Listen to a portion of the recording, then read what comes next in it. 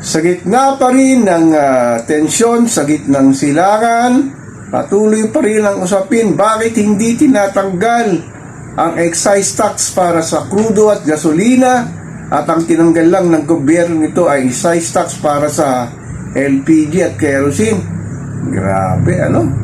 Kaya nga, sinasabi ng mga ilang concerned netizens talagang ang pag-iisip ng ating mga namumuno sa ating mahal na inang bayan ng ating bansa ay isang third world country lamang. Ayan din kay Mon Abrea, isang tax wizard. Paano hindi tayo iisipin ng ibang karatig bansa natin, lalo na sa Southeast Asia, sa Asia, na tayo isang third world country? Paano? Kung mag-isip tayo, kung mag-isip tayo ay pang third world. Kung mag-elect tayo ng mga ating namumuno sa ating gobyerno ay third world, na sinasabi ito mga politikong ito na nakaupo sa ating Kongreso ay Senado, na sinanay ang mamamayang Pilipino na sila lamang ay boboto pagdating ng eleksyon. Wala namang magagaling na tao na tatakbo sa eleksyon na walang pera na ipambibigay sa kanilang mga constituents. Hindi ito mga politiko na to na paulit-ulit na lamang na sila naluluklok sa ating mahal na inang bayan at mali-malitang salapi ang kanilang ninanakaw sa ating bansa.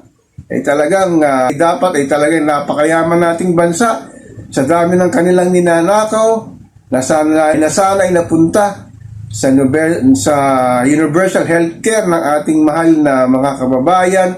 Kung nagkakasakit, hindi malamang makatungtong ng pribadong ospital at nagsisiksikan doon sa sinasabi pampublikong ospital na hihintay mo lamang na ikay makit na ng buhay mamatay dahil nga walang doktor na titingin sa iyo dahil sa haba ng pila at paghahantay, mamamatay ka na, hindi ka pa na-check ng doktor. Grabe, ano?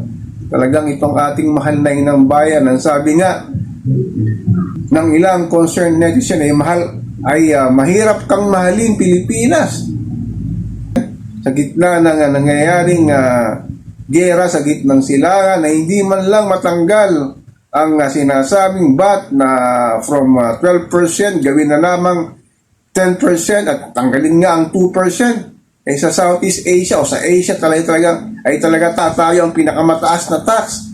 Ngunit nga sa gitna ng ganitong kasapi ng gera, sa gitnang silangan, walang magawa o hindi tinatanggal ng gobyerno na bawasan man lamang ang value added tax para magkaroon naman ng kahingaan ng mamamayang Pilipino, lalo na sa walang humpay nagpagtaas ng presyo ng milihin, serbisyong publiko, tuloy na pagtaas ng krudo, gasolina. Talagang ang namumuno dito sa ating mahal ng inang bayan ay siya lamang nagkakamal lang sa lapi para sa kanilang pa-interest at wala sa interest ng taong bayan.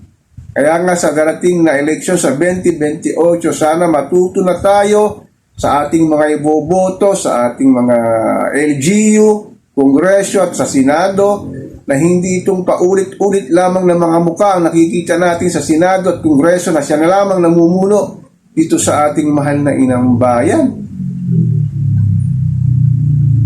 Sana nga matuto na tayo sa mga ganitong kaganapan at maging wake-up call ito sa ating ginagawa ng mga politiko sa ating mamamayang Pilipino.